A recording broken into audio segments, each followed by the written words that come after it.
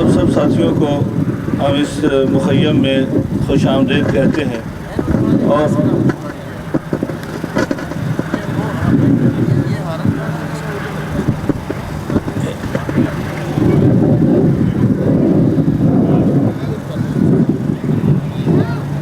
اور اس بابرکت پروگرام کا آغاز ہم تلاوت قرآن مجید سے کرتے ہیں۔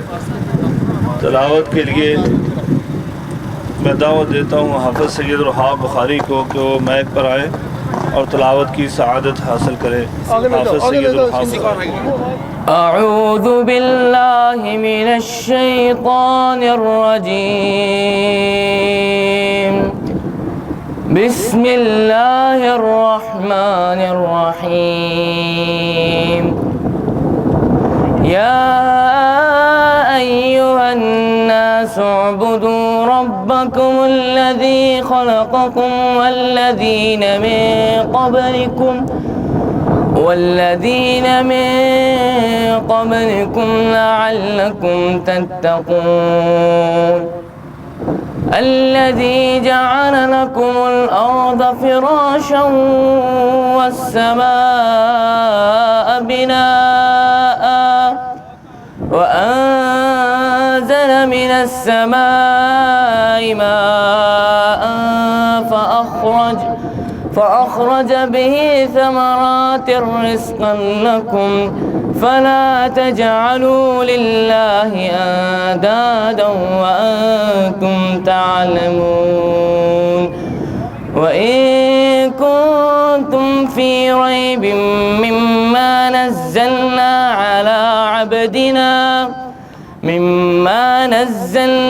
على عبدنا فأتوا بسورة من مثله وادعوا شهداءكم من دون الله إن كنتم صادقين، صدق الله العظيم۔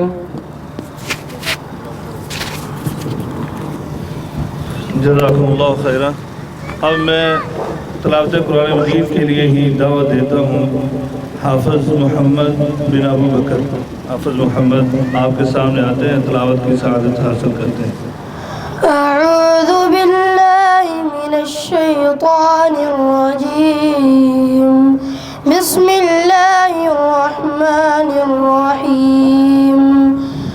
ووصینا الانسان بوالدیہ حملته أمه كرها ووضعته كرها وحمله وفصاله 30 شهرا حتى إذا بلغ أشده وبلغ 40 سنة قال رب أوزعني أن أشكر نعمتك التي أنعمت علي وعلى والدي وأن أعمل صالحا ترضاه وأصلح لي في ذريتي إني تبت إليك وإني من المسلمين، أولئك الذين نتقبل عنهم سيئاتهم حسنات، أولئك الذين نتقبل عنهم سيئاتهم في أصحاب النار، أولئك لهم عذاب أليم، صدق الله العظيم۔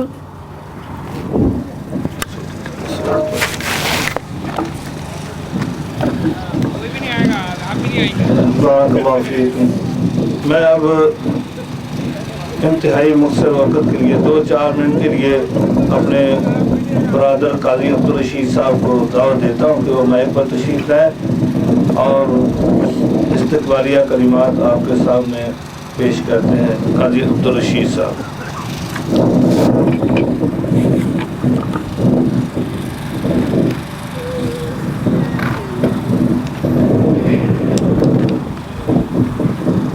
الحمدللہ رب العالمین والعاقبۃ للمتقین والصلاة والسلام على أشرف الأنبياء والمرسلين وعلى آله وصحبه أجمعين أما بعد.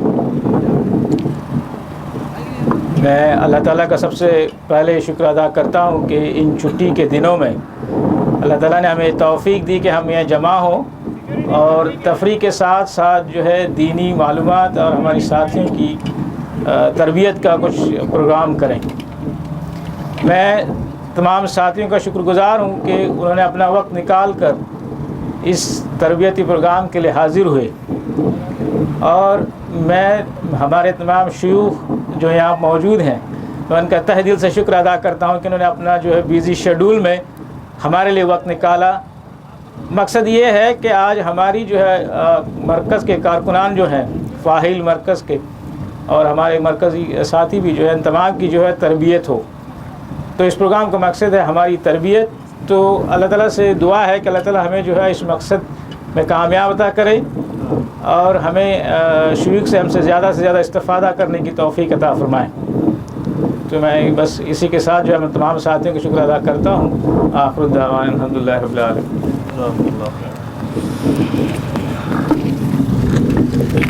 اب میں بلا تاخیر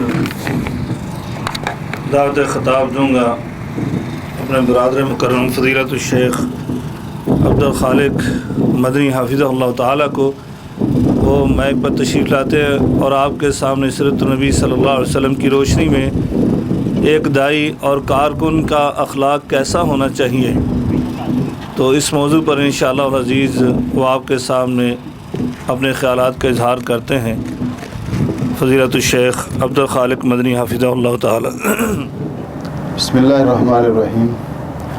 الحمد للہ رب العالمین والصلاة والسلام علی اشرف المرسلین نبینا محمد وعلی آلہ وصحبہ اجمعین ومن تبعہم بإحسان الی یوم الدین. اما بعد، سب سے پہلے تو ہم اللہ تعالیٰ کا شکر ادا کرتے ہیں کہ جس نے اپنے فضل و رحمت سے ہمیں یہ توفیق مرحمت فرمائی کہ ہم دین کی نشر و اشاعت، دین کی تبلیغ اور دین کے کام کو آگے بڑھانے کے لیے سوچ اور فکر اور اس کے لیے منصوبہ بندی کریں. اس کے لیے اللہ تعالیٰ نے ہمیں یہاں جمع ہونے کا موقع فراہم کیا ہے. اس کے بعد میں مرکز دعوت الجالیات کے حلقہ فحائل جو کہ محترم شاہ صاحب کی زیر قیادت دعوتی اور تبلیغی سرگرمیوں میں رواں دواں ہے اور سرگرم عمل ہے، ان بھائیوں کا بھی شکریہ ادا کرتا ہوں کہ انہوں نے اس نیک مقصد کے لیے یہاں ہمیں جمع ہونے کا موقع فراہم کیا ہے. اللہ رب العزت ان کی جہود اور ان کی دین اسلام کے لیے محنتوں کو قبول فرمائے اور ان جہود میں اللہ رب العزت برکت عطا کرے اور ہم سب کے لیے صدقہ جاریہ بنائے. محترم بھائیوں اور بہنوں، یہ ایک بڑی سعادت کی بات ہے کہ ایک ایسے موسم میں، خوشگوار موسم میں، اللہ تعالیٰ کی اس عظیم نعمت جسے دھوپ کہا جاتا ہے، سورج کی روشنی، اس سے استفادہ کرنے کا ہمیں موقع دیا ہے. فلیٹس کی زندگی اور گھروں کے اندر رہ کر اس بات کو ترس جاتے ہیں کہ کبھی دھوپ میں بھی نکل کر بیٹھیں. یہ بھی اللہ رب العزت کی بہت بڑی نعمت ہے. اور پھر یہ صحرائے کویت کی کھلی فضائیں، ان کے اندر آ کر بہت ساری چیزیں ہیں جن کا ہمیں مشاہدہ کرنے کا موقع ملتا ہے، اور بعض احادیث پاک کو صحرا کے اندر ہی سمجھنے کا صحیح طور پر موقع ملتا ہے کہ جب یہ احادیث پڑھی جاتی ہیں کہ رسول اکرم صلی اللہ علیہ وسلم نے فرمایا کہ جب حجاج کرام میدان عرفات میں جمع ہوتے ہیں یوم عرفہ کو، تو وہاں اللہ تعالیٰ کی رحمتوں کا کچھ اس طرح نزول ہوتا ہے کہ اللہ رب العزت ان کے گناہوں کو اس طرح معاف کر دیتے ہیں جیسا کہ ایک بہت بڑے صحرا کی ریت کے ذرات ہیں. اب وہاں رملن کا رملن عالجن کے لفظ ہیں. یہ ریت، یہ صحرا اور یہ ذرات، ان کا پتہ فلیٹس میں کب چلتا ہے کہ ریت کیا ہوتی ہے، ریت کے ذرات کیا ہوتے ہیں؟ تو اس کا پتہ یہاں صحرا میں آ کے چلتا ہے کہ یہ ریت ہے اور یہ اس کے ذرات ہیں. اگر ایک بہت بڑے صحرا کی ریت کے ذرات کے برابر بھی کسی کے گناہ ہوں تو اللہ تعالیٰ معاف کر دیتا ہے. اسی طرح اس حدیث کا پتہ بھی صحرا کے اندر ہی آ کر چلتا ہے کہ ایک دفعہ نبی اکرم صلی اللہ علیہ وسلم ایک سفر میں تھے. حضرت سلمان فارسی رضی اللہ تعالیٰ عنہ بیان کرتے ہیں کہ پت جھڑ کا موسم تھا. ہم نے ایک جگہ پہ صحرا میں پڑاؤ کیا تو رسول اکرم صلی اللہ علیہ وسلم ایک درخت کے پاس کھڑے ہوئے اور آپ نے درخت کی ایک ٹہنی کو پکڑا، شاخ کو پکڑا اور اس کو اس طرح ہلایا اور اس کے سارے پتے جھڑ گئے. تو رسول اکرم صلی اللہ علیہ وسلم نے حضرت سلمان رضی اللہ عنہ کی توجہ اس طرف دلوائی کہ سلمان دیکھا کس طرح اس درخت کے پتے جھڑ گئے ہیں. جب کوئی بندہ مومن، کوئی مومن مرد یا عورت وضو کرتے ہیں تو اس کے گناہ اس طرح جھڑ جاتے ہیں جس طرح اس درخت کی ٹہنی کے پتے جھڑ گئے. تو اس کا پتہ بھی صحرا میں آ کر ہی چلتا ہے کہ درخت کے پتے کس طرح جھڑتے ہیں، کہ مومن کے گناہ وضو کرنے سے اس طرح جھڑ جاتے ہیں جس طرح درخت کے پتے گر جاتے ہیں.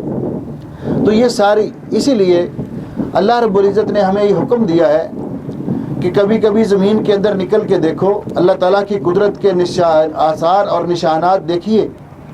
وہاں اللہ تعالیٰ کی تخلیق، اللہ تعالیٰ کی قدرت کے آثار نمایاں ہوتے ہیں. اور علامہ اقبال مرحوم نے اسی لیے کہا ہے کہ فطرت کے عناصر کی کرتا ہے نگاہ بانی، فطرت کے مناظر کی کرتا ہے نگاہ بانی، یا بندہ صحرائی یا مرد کوہستانی. کہ اللہ تعالیٰ کی فطرت کے مناظر کے مشاہدے دو بندے کرتے ہیں. ایک بندہ جو صحرا میں رہتا ہے اور ایک دو کوہستان میں، پہاڑی علاقوں میں رہتا ہے، وہ اللہ تعالیٰ کے قدرت کے مناظر کا مشاہدہ کرتا ہے. تو یہ موقع ہمارے حلقہ فاعل کے ساتھیوں نے جس طرح ہمیں فراہم کیا، ہم ان کے شکر گزار ہیں. اللہ رب العزت ان کی اس محنت اور جہد کو قبول فرمائے. جہاں تک میرے موضوع کا تعلق ہے، چونکہ شاہ صاحب نے ٹائم مجھے کھلا ہی دے دیا ہے، اب ظاہر بات ہے جب تک کھانا آتا ہوا نظر نہیں آئے گا یا کوئی اذان دینے کے لیے اٹھ کے کھڑا نہیں ہوگا اس وقت تک تو میں چلتا ہی جاؤں گا انشاءاللہ. اور ویسے بھی دھوپ میں بیٹھنے کا مجھے بھی بڑا شوق ہے، اور یہاں ہوا چل رہی ہے، کیسا پیارا موسم ہے، تو ایسی فضا میں بات کرنے کا بھی ایک اپنا لطف ہے. اور سننے والے کی اگر نیند نہ آئے کسی کو، امید تو ہے نہیں آئے گی، تو انشاءاللہ آپ بھی محظوظ ہوں گے. اور اللہ تعالیٰ مجھے حق اور سچ کہنے کی توفیق عطا فرمائے. آپ تمام بہن بھائی توجہ سے میری گفتگو سنیں، پھر اللہ رب العزت ہم سب کو اس پر عمل کرنے کی توفیق عطا فرمائے. اللہ رب العزت کا یہ شکر ہے کہ اس نے اپنے دین کے لیے ہمیں منتخب کیا ہے. وگرنہ دنیا میں کتنے لوگ ہیں جو اپنے اپنے کاموں میں مشغول ہیں اور اس سعادت سے محروم ہیں. تو جب ہم نے ایک یہ نظریہ بنایا ہے کہ ہم نے دنیاوی طور پر اپنا کسب معاش کے ساتھ ساتھ، روزی کمانے کے ساتھ ساتھ، ہم نے یہ مشن بھی جاری رکھنا ہے جو مشن ہمارے پیارے نبی حضرت محمد رسول اللہ صلی اللہ علیہ وسلم کا مشن ہے، جو مشن تمام انبیاء کا مشن ہے. ہم نے اس مشن کو بھی آگے بڑھانا ہے. تو اس لیے ہمیں سب سے پہلے اپنی قدر پہچاننی چاہیے کہ جب ہم نے اس راستے میں قدم رکھا ہے، ہم اس راستے پہ چل نکلے ہیں، تو پھر سب سے پہلے ہمیں یہ احساس ہونا چاہیے کہ ہماری حیثیت کیا ہے، ہماری حیثیت کیا ہے. تو انسان جب اپنی قدر پہچان لیتا ہے، اپنی حیثیت پہچان لیتا ہے، تو اس وقت پھر اس کے اندر کام کرنے کا جذبہ بھی پیدا ہوتا ہے. پھر وہ اپنے مقام و مرتبے کے مطابق اس کے افعال، اس کی حرکات و سکنات اسی اپنا رینج اور دائرے میں رہ کر ہوتی ہیں کہ جو وہ سمجھتا ہے کہ میرا یہ مقام اور میرا یہ مرتبہ ہے.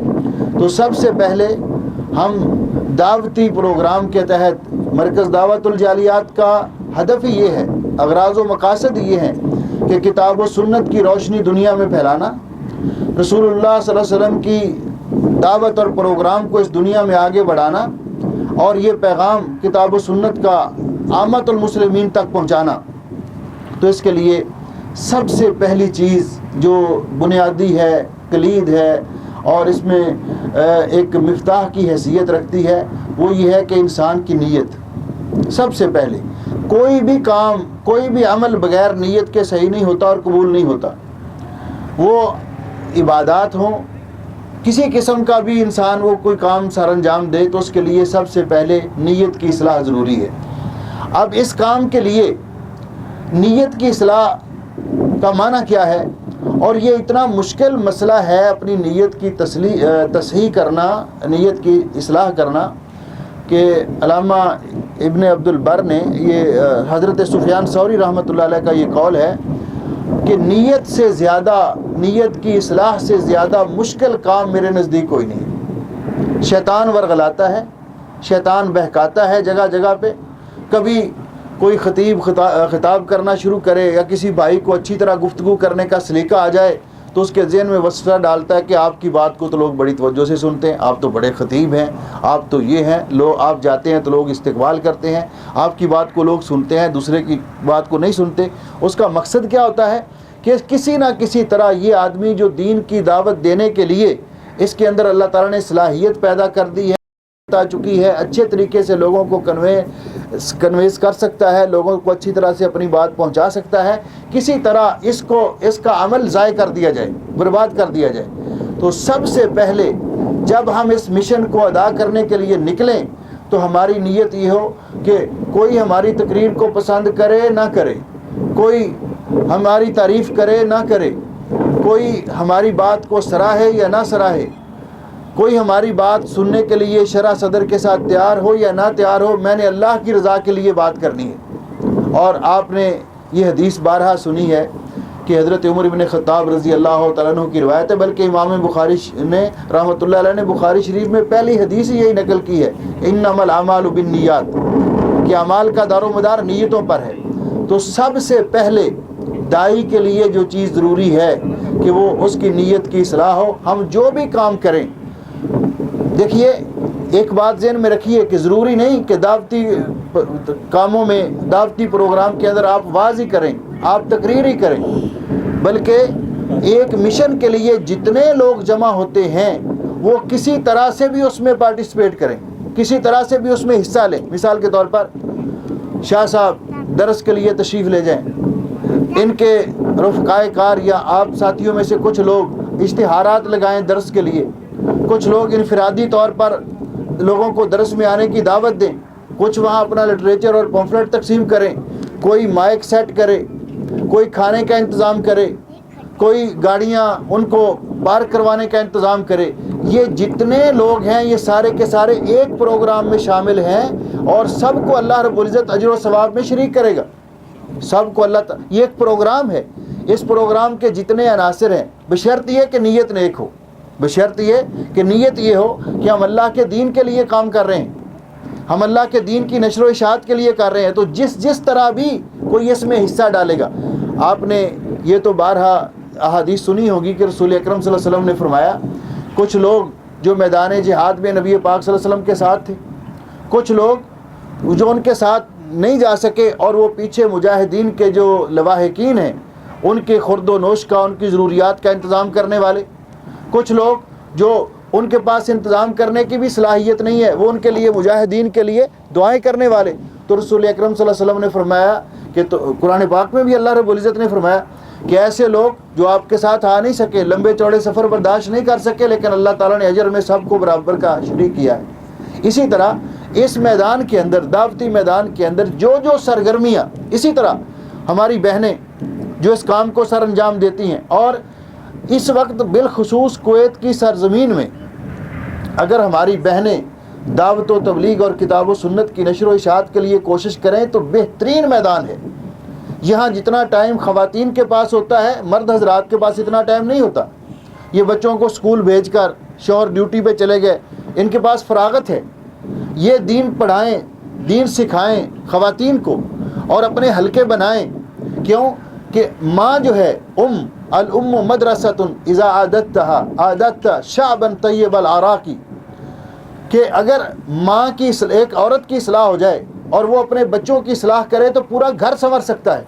اور پھر جس طرح وقت ہوتا ہے، صحابیات میں کتنی صحابیات ایسی ہیں جو مبلغات کا کام کرتی. علامہ سیرہ علام النبلاء میں تقریباً 300 خواتین کا ذکر کیا گیا ہے جو بڑی بڑی محدثات تھی، دین کی تبلیغ کرنے والی تھی، اور ان کا بھی بڑا ایک اثر اور نفوذ ہے. تو اس لیے دین کا کام کرنے والے اور اس میں حصہ کسی طرح بھی ڈالنے والے مرد ہوں یا عورت، سب سے پہلے اگر نیک نیتی ہے تو انشاءاللہ سارے کے سارے اجر و ثواب میں برابر کے شریک ہیں. تو پہلا زینہ اور پہلی چیز ہے کہ نیت کی اصلاح کرنا، اخلاص نیت. دوسری چیز، اللہ جل شانہ نے قرآن کریم میں رسول اکرم صلی اللہ علیہ وسلم کو حکم دیا کہ آپ ان لوگوں میں یہ اعلان کر دیجئے، قل ھذہ سبیلی ادعو الی اللہ علی بصیرۃ انا ومن اتبعنی. مفسرین نے بصیرہ کا ترجمہ یہاں کیا ہے علی علم، کہ ایک دائی مبلغ جو دعوت دینا چاہتا ہے اس کا اخلاص نیت کے بعد سب سے پہلے جو اس کی زاد راہ ہے، جو اس کے پاس ہتھیار ہے، جو اس کے پاس مٹیریل ہے، وہ علم ہے. علم حاصل کرنا. کیوں کہ یہ معروف قاعدہ ہے کہ فاقد الشیء لا یعطیہ، جس کے پاس کچھ نہیں وہ کیا دے گا، جس کے پاس کچھ نہیں ہے، علم نہیں ہے، وہ کیا دے گا. ہمارے معاشرے میں ایک بات مشہور ہے کہ یہ ساتھی، اگر میں کسی کا پوائنٹ آؤٹ نہیں کرتا کہ کسی قوم کے حوالے سے وہ بات مشہور ہے. ایک بندے نے پکڑ لیا ایک نان مسلم کو، کلمہ پڑھو، کلمہ پڑھو، کلمہ پڑھو ورنہ آپ کی جان نہیں چھوڑوں گا. وہ بیچارہ مجبور ہو گیا. اس نے پہلے تو منت سماعت کرتا رہا، بھئی آپ کا مذہب اپنا ہے، میرا مذہب اپنا ہے. وہ کہتا نا نا نا، کلمہ پڑھو گے تو جان چھوٹے گی. اس نے بالآخر تنگ آ کر کہا اچھا جی پھر پڑھا دیں. تو اس کو کلمہ خود نہیں آتا تھا، اس کو جو کہہ رہا تھا، تو کہتا ہے اگر آج مجھے کلمہ آتا ہوتا تو ایک بندہ مسلمان ہو جاتا. یعنی آج اگر مجھے کلمہ آتا ہوتا تو ایک بندہ آج مسلمان ہو جاتا. تو جب دعوت دینے والے کے پاس خود ہی کچھ نہیں ہے، دعوت دینے والے کے پاس خود ہی کسی کو دینے کے لیے کچھ نہیں ہے تو وہ کیا دے گا. تو سب سے پہلے انسان کے پاس علم ہو. جو جس چیز کی دعوت دے رہا ہے علی وجہ البصیرت دعوت دے، علم کی بنیاد پر دعوت دے. یہ علم کتنا ہونا چاہیے؟ لازمی طور پر اس کے پاس مدینہ یونیورسٹی کی ڈگری ہو، فاضل مدینہ یونیورسٹی، کسی کالج کا سرٹیفکیٹ اس کے پاس ہو. کہ کتنا اس کے پاس علم ہونا چاہیے؟ تو اس کے لیے کسی مدرسے سے فارغ ہونا، کسی یونیورسٹی کی ڈگری یہ لازمی نہیں، بلکہ آپ راسخ فی العلم، علم کے اندر پختہ علماء سے اگر ایک مسئلہ بھی سیکھ لیتے ہیں تو پیارے نبی حضرت محمد رسول اللہ صلی اللہ علیہ وسلم کا ارشاد ہے بلغوا عنی ولو آیا. آپ کو اگر ایک آیت کا بھی صحیح مفہوم اور ترجمہ آتا ہے تو آپ وہ بھی میری طرف سے آگے پہنچائیے. اور یہ ذمہ داری پوری امت کی ہے، پوری امت کی ہے. اس لیے یہ دائرہ اس تبلیغ کا صرف علماء تک نہیں، مذہبی اسکالرز تک نہیں، بلکہ ہر شخص، ہر مسلمان مرد عورت جو دین کے بارے میں کچھ بھی معلومات رکھتے ہیں وہ مبلغ ہیں، وہ داعی ہیں، ان کی ذمہ داری ہے. آج ہمارے اندر نقص اور کمی یہی واقع ہوئی ہے کہ ہم نے سمجھ رکھا ہے کہ یہ دعوت دینا، تبلیغ کرنا تو علماء کا کام ہے. اسی وجہ سے اس کام میں بریک لگ گئی ہے، دعوتی کام میں بریک لگ گئی ہے. وگرنہ اگر آپ ذرا تاریخ کو، اسلامی تاریخ کی ابتدا میں جائیں تو جب پیارے نبی حضرت محمد رسول اللہ صلی اللہ علیہ وسلم نے حجۃ الوداع کے موقع پر خطبہ ارشاد فرمایا تو اس خطبے کو ارشاد فرمانے کے بعد آپ نے یہ ڈیوٹی پوری امت کی لگا دی. فرمایا فَلْيُبَلِّغِ الشَّاهِدُ مِنْكُمُ الْغَائِبَ. حدیث پاک کے ان الفاظ پہ غور کیجئے، فَلْيُبَلِّغِ الشَّاهِدُ مِنْكُمُ الْغَائِبَ. وہاں آپ نے یہ نہیں کہا کہ جس کو پورا علم آتا ہو، جس کو پوری احادیث یاد ہوں، جو حافظ قرآن ہو، کہ وہ یہ کام کرے، بلکہ فرمایا کہ آج جو لوگ میری بات سن رہے ہیں یہ میری بات ان لوگوں تک پہنچائیں جو نہیں یہاں موجود، اور جو ان تک بات پہنچے وہ اپنے بعد والوں تک، اور اسی طرح قیامت تک یہ سلسلہ جاری رہے گا. اس میں تمام لوگ شامل ہیں. میرے بھائیوں اور میری بہنوں، کس مسلمان کو یہ نہیں پتہ کہ نماز پڑھنی چاہیے؟ نماز پڑھنا اللہ کا حکم ہے. اپنے معاشرے میں، اپنے گرد و پیش میں کیا ہم یہ فریضہ سر انجام دے رہے ہیں، اپنی ڈیوٹی سر انجام دے رہے ہیں کہ ہمارے وہ بھائی ہماری وہ بہنیں جو نماز نہیں پڑھتے، تو ہم نے ان کو کبھی کہا ہو کہ بھئی نماز یہ اولین فریضہ ہے، قیامت کے دن سب سے پہلے نماز کے بارے میں پوچھا جائے گا۔ نماز اسلام اور کفر کے درمیان فرق کرنے والی چیز ہے، امتیاز ہے۔ نماز اسلام کا رکن ہے، نماز دین کی بنیاد اور ستون ہے۔ اللہ رب العزت نے قرآن پاک میں بار بار اس کا حکم دیا ہے۔ کبھی ہم اپنے باقی فی الحال ان لوگوں کو چھوڑیں جو معاشرے میں جتنے ہم لوگ یہاں جمع ہیں، آپ تمام بھائی بھی اور بہنیں بھی، کبھی ہم سوچیں کہ ہم نے یہ ذمہ داری ادا کی؟ اس کا کس کو؟ یہ سب کی ذمہ داری ہے، سب کو پتہ ہے۔ جب ہم نے یہ ذمہ داری ادا نہیں کی، اسی طرح باقی جو ذمہ داریاں ہیں، ذمہ داری کیسے ادا کریں؟ اس کے لیے سب سے پہلی بات یہ ہے کہ وہ جو آدمی دوسرے کو دعوت دیتا ہے خود نماز کی پابندی کرنے والا ہو، خود نماز کی پابندی کرنے والا ہو۔ ہم کیسے دعوت دیں گے؟ یہ سمر کیمپ کرتے ہیں نا آپ، یہ سلکے میں بھی ہوتا ہے، سالمیہ میں بھی ہوتا ہے، تو میں بھی وہاں مجھے بھی پڑھانے کا موقع ملتا ہے، تو میں صبح سویرے جب آتے ہیں بچے تو ان سے پوچھتا ہوں کہ آج فجر کی نماز کس نے پڑھی، سب کو کھڑا کرتا ہوں، اور جس نے نہیں پڑھی ہوتی اسے کہتا ہوں ابھی 8 بجے ہیں، ابھی وضو کر کے آؤ اور نماز پڑھو پہلے، پھر پڑھیں گے۔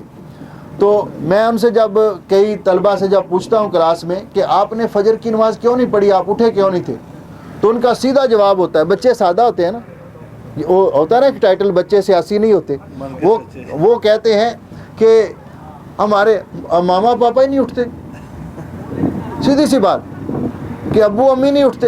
بھائی وہ کیوں نہیں اٹھتے؟ جی رات کو دیر تک ڈرامہ دیکھتے رہتے ہیں، 1-1:30 بجے سوتے ہیں اور اٹھتے ہی نہیں۔ ابو 7-7:30 بجے اٹھ کر منہ ہاتھ دھوتے ہیں، وہ ڈیوٹی پہ چلے جاتے ہیں، اور ماما باقی بہن بھائیوں کو ناشتہ کروانے لگ جاتی ہے۔ تو جب وہ نہیں پڑھیں گے، اس لیے دائی دوسرے کو کہنے والا، اپنے بچوں کو نماز کے لیے کہنے والا، سب سے پہلے خود اس پر عمل کرے، بچے اس کو دیکھ کر خود بخود عمل کریں گے۔ جب بنیادی طور پر یہاں کوتاہی ہوگی، تو عرض کر رہا تھا کہ ہم میں سے ہر ایک مبلغ ہے، ہر ایک دائی ہے، اس کو دین کے بارے میں علم حاصل کرنا اس کے لیے ضروری ہے۔ جتنا اس کے پاس علم آتا جائے اتنا اس کو آگے پہنچانا ضروری ہے۔ تو سب سے پہلے چیز کہ دائی کے پاس علم ہونا چاہیے، مسائل کا علم ہونا چاہیے، دین کے مبادیات کا، عقائد کا علم ہونا چاہیے۔ تیسری چیز کہ دائی وہ قدوہ ہوتا ہے، دائی دوسرے لوگوں کے لیے قدوہ، اسوہ اور نمونہ ہوتا ہے، اس کو اپنے بہترین نمونہ پیش کرنا چاہیے لوگوں کے سامنے۔ اب دیکھیے کہ صلح حدیبیہ کے موقع پر جب مشرکین مکہ نے رسول اکرم صلی اللہ علیہ وسلم کو وہاں پہ روک دیا کہ آپ عمرے کے لیے نہیں جا سکتے، معاہدہ ہو گیا کہ اگلے سال آپ عمرے کے لیے آئیں، اب یہاں سے واپس پلٹ جائیں، تو اب وہ لوگ 7 قربانی کے ہدی کے جانور لائے تھے۔ نبی پاک صلی اللہ علیہ وسلم نے حکم دیا بھئی یہ جانور ان کو ذبح کر دیجئے، احرام کھول دیجئے، اب ہم نے واپس جانا ہے۔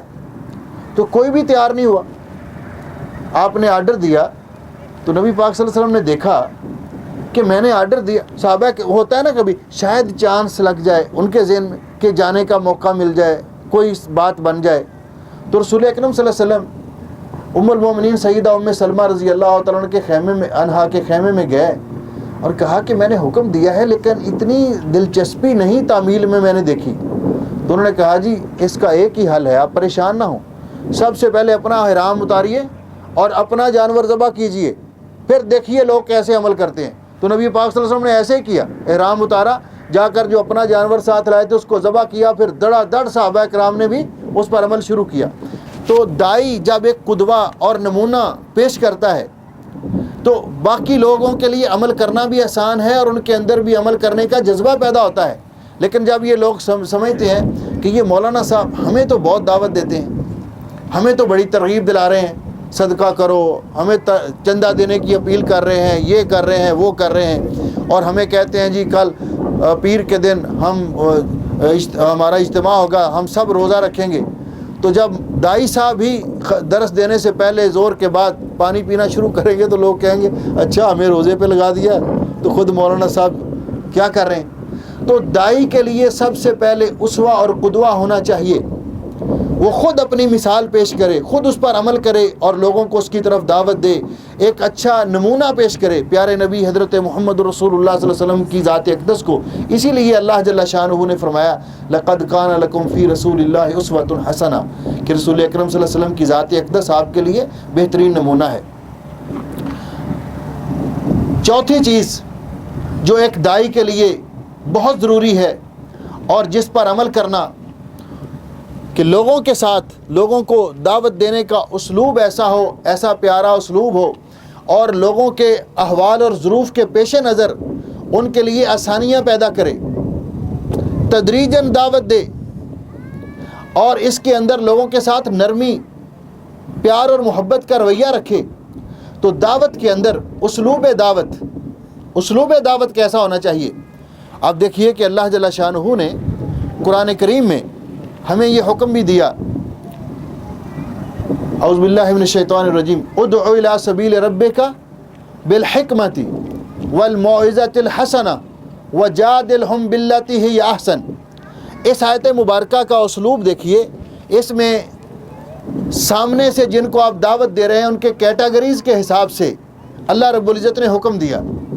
بعض لوگ ایسے ہوتے ہیں جو خالی الذہن ہوتے ہیں، بعض لوگ ایسے ہوتے ہیں جو خالی الذہن ہوتے ہیں، اور بعض لوگ ایسے ہوتے ہیں کہ جن کے ذہن میں کوئی بات ہوتی ہے لیکن وہ ہٹ درمی نہیں کرتے، ان کے ذہن میں کچھ سابقہ نظریات ہوتے ہیں، خلفیات ہوتی ہیں جو شرک اور بدعات پر مبنی ہوتی ہیں، لیکن وہ ہٹ درمی والے نہیں ہوتے۔ اور تیسری قسم اس آیت کے مطابق یہ معلوم ہوتی ہے کہ جو ان کے پاس خلفیات بھی ہوتی ہیں اور وہ ضدی اور ہٹ درم بھی ہوتے ہیں۔ تو ان تینوں اسٹیجز کو، تینوں کیٹیگریز کو سامنے رکھتے ہوئے اس آیت میں ہمیں ہماری رہنمائی کی گئی۔ اللہ رب العزت نے فرمایا ادع الی سبیل ربک بالحکمۃ، حکمت اور دانائی کے ساتھ ان لوگوں کو دعوت دیجیے جو خالی و ذہن لوگ ہیں،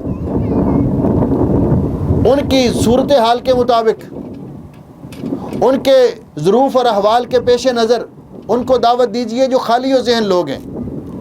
والموعظۃ الحسنہ، اور وہ لوگ جن کے پاس کچھ خلفیات تو ہیں لیکن وہ ضدی اور ہٹ درم نہیں، ان کو اچھی طرح سے نصیحت کیجیے، اچھے طریقے سے ان کو قائل کیجیے۔ وجادلہم باللتی ہی احسن، اور جن کے پیچھے خلفیات بھی ان کے ذہن میں ہیں لیکن وہ ضدی اور ہٹ درم ہیں، اپنے مسلک اور مذہب پر قائم ہیں، ان کو ساتھ آپ بحث مباحثہ بھی کیجیے تو اچھے انداز میں، پیارے انداز میں، محبت بھرے انداز میں۔ پیارے نبی حضرت محمد رسول اللہ صلی اللہ علیہ وسلم، آپ دیکھیے کہ قرآن پاک میں اللہ جل شانہ نے ایک واقعہ ذکر کیا کہ جب اس کائنات میں اپنے دور میں سب سے بڑے متکبر، جس کا دماغ بہت خراب تھا، اتنا اونچا تھا کہ کہتا تھا انا ربکم الاعلی، اس کی طرف اللہ تعالیٰ نے اپنے دو نبیوں کو دعوت اور تبلیغ کا، دین کا پیغام پہنچانے کے لیے بھیجا، حضرت موسیٰ علیہ السلام اور ان کے بھائی حضرت ہارون علیہ السلام کو، اور فرمایا اذهبا الی فرعون انہ طغی، فرعون کے لیے اس کو دعوت اسلام دیجئے، وہ بڑا سرکش اور باغی بن چکا ہے۔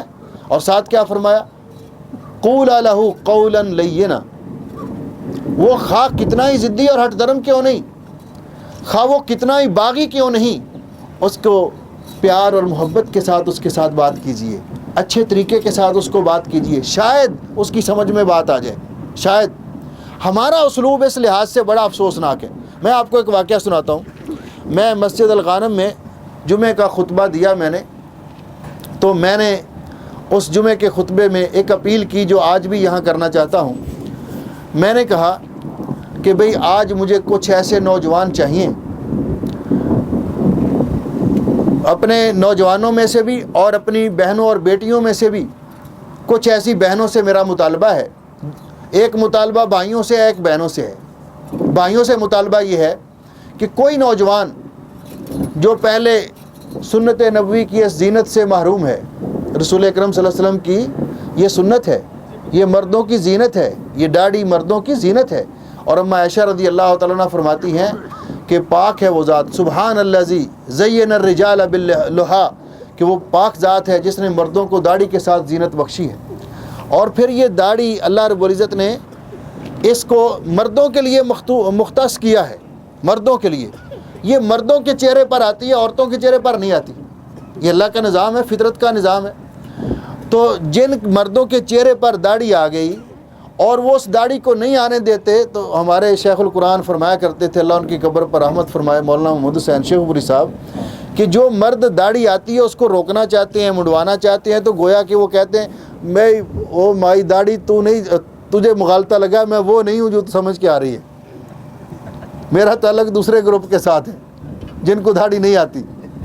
یعنی یہ اتنی، اب یہ میں نے عرض کیا کہ میں نے کہا کہ نوجوان ماشاءاللہ جس طرح یہ سامنے نوجوان بیٹھے، یقین جانیے اگر یہ صرف اللہ کی رضا کے لیے اور نبی پاک صلی اللہ علیہ وسلم کی محبت میں داڑھی رکھ لیں تو ان کے چہرے پر داڑھی اتنی سجے گی کہ ایسے ہوگا جیسے سیاہ بادلوں سے چاند نکل رہا ہے، زینت ہے داڑھی۔ تو میں نے عرض کیا کہ میں نے کہا کہ نوجوان آج میرے ساتھ وعدہ کریں کہ ہم آج کے بعد داڑھی نہیں مڈوائیں گے، اللہ تعالیٰ کے نبی کی سنت سمجھ کر، اللہ تعالیٰ کے نبی کے ساتھ محبت کا اظہار کرتے ہوئے ہم داڑھی رکھیں گے۔ تو بہت سارے نوجوان تیار ہوئے، اور ایک نوجوان میرے پاس، لوگ مل رہے تھے تو وہ میرے پاس آیا، کہنے لگا جی یکدم داڑھی رکھنا تو بہت مشکل ہے، میں تھوڑی تھوڑی کر کے اگر رکھ لوں، تھوڑی تھوڑی کر کے رکھ لوں، تھوڑی سی بڑھا لوں، پھر تھوڑی سی۔ تو میں نے کہا جتنی اللہ آپ کو توفیق دیتا ہے آپ شروع کریں، اللہ آپ کو استقامت بخشے گا اور آپ کا دل مطمئن ہوگا، پھر آہستہ آہستہ بڑھاتے جانا۔ میرے پیچھے ایک لٹھ لے کر کھڑا تھا ہمارا ایک مبلغ اسلام، مجھے نہیں پتا تھا، وہ کہتا جی اس نے نہیں دیکھا بندوں میں کہ لوگ کتنے ہیں وہاں مجمع، کہتا جی آپ کون ہوتے ہیں اس کو چھٹی دینے والے، رکھنی ہے تو پوری رکھے نہیں تو نہ رکھے، جب رسول اکرم صلی اللہ علیہ وسلم نے فرمایا ہے کہ داڑھی کو بڑھاؤ اور مونچھیں کٹواؤ، آپ کون ہوتے ہیں جتنی چاہے رکھ لو۔ اور میں نے کہا اللہ کے بندے اس کو راستے پہ تو آنے دے۔ وہ بیچارہ لڑکا پریشان ہو گیا، یہ اسلوب نہیں ہونا چاہیے، یہ اسلوب نہیں ہونا چاہیے۔ جتنا کوئی انسان کوشش کرتا ہے اللہ اس کو توفیق دے، اس کے لیے دعا کرنی چاہیے۔ ہمارے کسی بھائی کے اندر کوئی کمی اور کوتاہی ہے، ہمیں اس کو اچھالنا نہیں چاہیے، ہمیں پیار و محبت کے ساتھ اس کی اصلاح کرنی چاہیے۔ یہ ایک مبلغ کا کام ہے، ایک داعی کا کام ہے۔ اور پھر بعض اوقات ایسے ہوتا ہے کہ ایک دو آدمی مبلغ، دو تین آدمی اکٹھے ہیں، تو ایک مبلغ اسلام وہ لوگوں کی صورتحال کے پیش نظر ان کو کہتا ہے کہ بھئی دیکھیے آپ کی ڈیوٹی ہوتی ہے، آپ ایسے کریں کہ اگر آپ کے پاس ڈیوٹی میں ٹائم نہیں ملتا تو فرض نماز پڑھ لیا کریں، پھر تھوڑا تھوڑا آگے چل کے سنتیں ساتھ ادا کرنے کی کوشش کریں، تو انشاءاللہ اللہ تعالیٰ معاف کر دے گا۔ آپ فرض پڑھنا شروع کریں۔ ان کے لیے جو بالکل نہیں پڑھتے، وہ دوسرا کہتا جی سنتوں کے بغیر تو نماز ہی ادھوری ہوتی ہے، جب تک ظہر کی 12 رکعتیں نہیں پڑھیں گے اس وقت تک تو جناب نماز ہی نہیں ہوتی، اگر عشاء کی 17 نہیں پڑھیں گے تو نماز ہی نہیں ہوتی۔ ایک آدمی کھڑا ہو جاتا، وہ کہتا حضرت صاحب میں نے آپ کا واز سنا، مجھے آج دل میں بات بیٹھ گئی کہ نماز اولین فریضہ ہے، آج کے بعد میں کبھی نماز میں کوتاہی نہیں کروں گا، لیکن پچھلے جب سے میں جوان ہوا ہوں کبھی پڑھ لی کبھی نہیں پڑھی، میں نماز کا پابند ہی نہیں تھا، میری نمازیں ضائع ہو گئی، اب میں کیا کروں، اب میں کیا کروں۔ تو ہم نے رسول اکرم صلی اللہ علیہ وسلم سے جو سنا، نبی پاک صلی اللہ علیہ وسلم نے، حضرت بخاری شریف کے اندر یہ روایت موجود ہے، مسلم شریف کے اندر یہ روایت موجود ہے کہ جب نبی پاک صلی اللہ علیہ وسلم نے حضرت معاذ ابن جبل رضی اللہ تعالیٰ عنہ اور حضرت ابو موسیٰ اشعری رضی اللہ تعالیٰ عنہ کو یمن کی طرف مبلغ بنا کر بھیجا، تو انہیں فرمایا کہ تم جا رہے ہو، یہ اصول یاد رکھنا، اسلوب دعوت یاد رکھنا، بشرا ولا تنفرا، لوگوں کو خوشخبری سنانی ہے، اسلام کے متعلق بشارت دینی ہے، ولا تنفرا، لوگوں کو متنفر نہیں کرنا، یسرا ولا تعسرا، لوگوں کے لیے آسانی پیدا کرنی ہے، لوگوں کو مشکل میں نہیں ڈالنا۔ اور تیسری بات کیا فرمائی؟ تتاوعا ولا تختلفا، تتاوعا، آپس میں اگر ایک بات کر لے تو دوسرا خاموش ہو جائے، موقع پر آپس میں اختلاف نہیں کرنا۔ اگر موقع پر آپ اختلاف کریں گے اسٹیج پہ بیٹھ کر تو جو لوگ سننے والے ہیں وہ ویسے ہی بھاگ جائیں گے، وہ کہتے ہیں کس کی مانے، وہ کچھ کہہ رہا ہے مولانا صاحب، وہ دوسرا مولانا صاحب کچھ کہہ رہا ہے۔ تو میں نے مسئلہ کیا، میں نے کہا بھائی بات سنیں، آپ اللہ تعالیٰ سے معافی مانگیں، سچی توبہ کر لیں۔ نبی پاک صلی اللہ علیہ وسلم نے فرمایا کہ ان التوبۃ تجب ما کان قبلہا، جب انسان سچی توبہ کر لیتا ہے تو اللہ پچھلے گناہ معاف کر دیتا ہے. وہ پچھلی نمازیں آپ کو یاد نہیں کتنی ہیں, کتنی پڑھی ہیں, وہ آپ کو یاد نہیں. آپ سچی توبہ کر لیں, آگے اگلی زندگی میں آپ نمازوں میں کوتاہی نہ کریں. کوئی نماز رہ جائے تو قضا ہو جائے تو اس کی قضا ادا کریں, پچھلا اللہ تعالیٰ معاف کر دے گا. تو شاہ صاحب میرے پاس بیٹھے کہتے ہیں مولانا صاحب یہ کیا مسئلہ بیان کر رہے ہو؟ ہاں جی کیا ہونا چاہیے؟ نہیں بھائی نہیں, یہ مولانا صاحب نے مسئلہ غلط بیان کیا ہے. ہاں جی شاہ صاحب کیا بیان؟ شاہ صاحب کہتے ہیں کہ آپ کو جتنی پچھلی عمر گزری ہے نا, ہر نماز کے ساتھ ایک نماز اور بھی پڑھنا پڑے گی. اچھا پڑھنا پڑے گی جی, پڑھنا پڑے گی. مثلا اگر آج کی آپ نے ظہر کی نماز پڑھنی ہے تو 12 رکھتے ہیں آج کی اور 12 پچھلی, 24 رکھتے ہیں ظہر کے وقت پڑھنی پڑیں گی ساری زندگی. اور عشاء کی نماز 17 رکھتے ہیں آج والی اور 17 پچھلی, کیونکہ 17 سے کم نماز نہیں ہوتی. 34 رکھتے ہیں, وہ کہتا ہے ڈیوٹی سے تھکا ہوا آیا ہوں. 34 رکھتے ہیں, 12 رکھتے ہیں ظہر میں, 4 فرض پڑھنے کا ٹائم نہیں دیتی کمپنی, تو میں 24 رکھتے ہیں اس وقت پڑھوں, 34 رکھتے شام کو پڑھوں. جہاں پہلی نمازوں پر پکڑ ہوگی یہ بھی جھیل لیں گے, کوئی بات نہیں, ہم سے نہیں پڑھی جاتی. دین کے اندر یہ سختی نہ پیدا کی جائے. اس لیے جو بہن بھائی اس سے دور ہیں, ٹھیک ہے, جتنا عمل ہوتا ہے آہستہ آہستہ قریب ہوں گے, ان کو بات سمجھ آئے گی تو وہ خود پختہ کار ہو جائیں گے. اس لیے اسلوب آسانی والا اسلوب, آسان اسلوب ہو. اور اللہ رب العزت نے ایسے لوگوں کے بارے میں کہ جو دین کا کام کرتے ہیں ان کے بارے میں فرمایا کہ یہ کتنے بڑے لوگ ہیں, کتنے عظیم لوگ ہیں. وَمَنْ أَحْسَنُ قَوْلًا مِمَّنْ دَعَا إِلَى اللَّهِ وَعَمِلَ صَالِحًا وَقَالَ إِنَّنِي مِنَ الْمُسْلِمِينَ. اس سے بڑھ کر اچھی بات اور بہتر بات کس کی ہو سکتی ہے کہ جو اللہ تعالیٰ کی طرف لوگوں کو بلاتا ہے, اللہ تعالیٰ کے دین کی طرف دعوت دیتا ہے. یہ مشن تمام انبیاء کا مشن ہے. ہمیں یہ مشن سر انجام دینا چاہیے. اس کا فائدہ کیا ہوگا؟ اس کا فائدہ یہ ہوگا, ایک تو ہم اس لائن میں شامل ہو جائیں گے, اس زمرے میں شامل ہو جائیں گے, ان لوگوں کے اندر شامل ہو جائیں گے جن کے ذریعے اللہ رب العزت نے دین کو زندہ رکھنا ہے, قیامت تک کے لیے اس مشن کو زندہ رکھنا ہے. اللہ رب العزت نے اس دین کی حفاظت کی ہے. قیامت تک رسول اکرم صلی اللہ علیہ وسلم کے دین کا یہ پروگرام, یہ مشن زندہ رہے گا. وہ لوگ سعادت مند لوگ ہیں جو اس کام میں شریک ہوں گے, جو اس پروگرام میں شریک ہوں گے, اس پروگرام کو آگے بڑھانے کے لیے. اور دوسرا اس کا فائدہ یہ ہوگا کہ رسول اکرم صلی اللہ علیہ وسلم نے حضرت علی رضی اللہ تعالیٰ عنہ کو فرمایا تھا, علی لَأَن يَهْدِيَ اللَّهُ بِكَ رَجُلًا وَاحِدًا, اگر آپ کی محنت اور کوشش سے ایک آدمی کو بھی اللہ تعالیٰ راہ راست پہ لے کر آ گیا, پہلے نمازیں نہیں پڑھتا تھا, نمازیں پڑھنے لگ گیا, پہلے عقیدہ صحیح نہیں تھا, اس کی عقیدے کی اصلاح ہو گئی, وہ کامیابی کی راہ پر, نجات کی راہ پہ چل نکلا, آپ کی محنت اور کوشش سے ہدایت پا گیا. خیر لک من حمر النعم, آپ کے لیے سرخ اونٹوں سے بہتر ہے. اور سرخ اونٹ اس دور میں عرب کی سب سے بڑی قیمتی متاع تھی اور پراپرٹی تھی. اس سے بہتر, یعنی دنیا کی تمام دولتوں سے بہتر کہ کسی آدمی کی محنت اور کوشش سے کوئی شخص راہ راست پہ آ جائے, راہ ہدایت پہ آ جائے.